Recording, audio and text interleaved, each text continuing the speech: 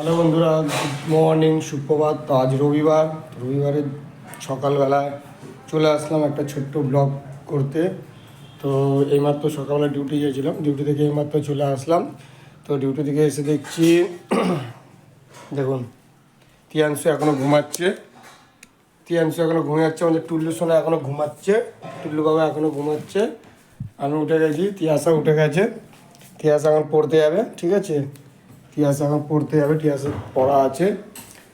আর দেখি একটু রান্নাঘরে গিয়ে আমাদের আজকে ব্রেকফাস্ট মেনুতে কী আছে।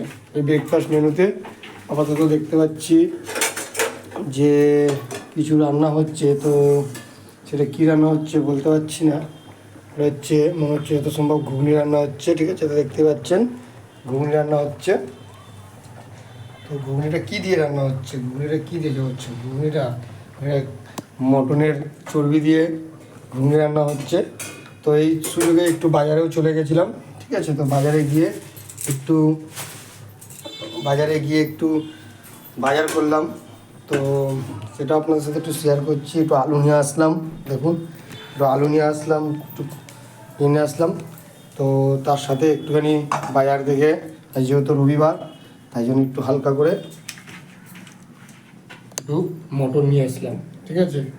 তাই যে দুপুরে লাঞ্চ মটন দিয়ে হবে। তো আপনার সাথে একটুখানি শেয়ার করলাম, ঠিক আছে।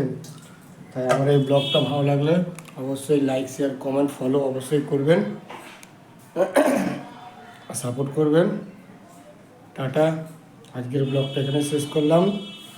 সকলে ভালো থাকবেন, সুস্থ থাকবেন, হ্যাপি সানডে এনজয় করুন। টাটা।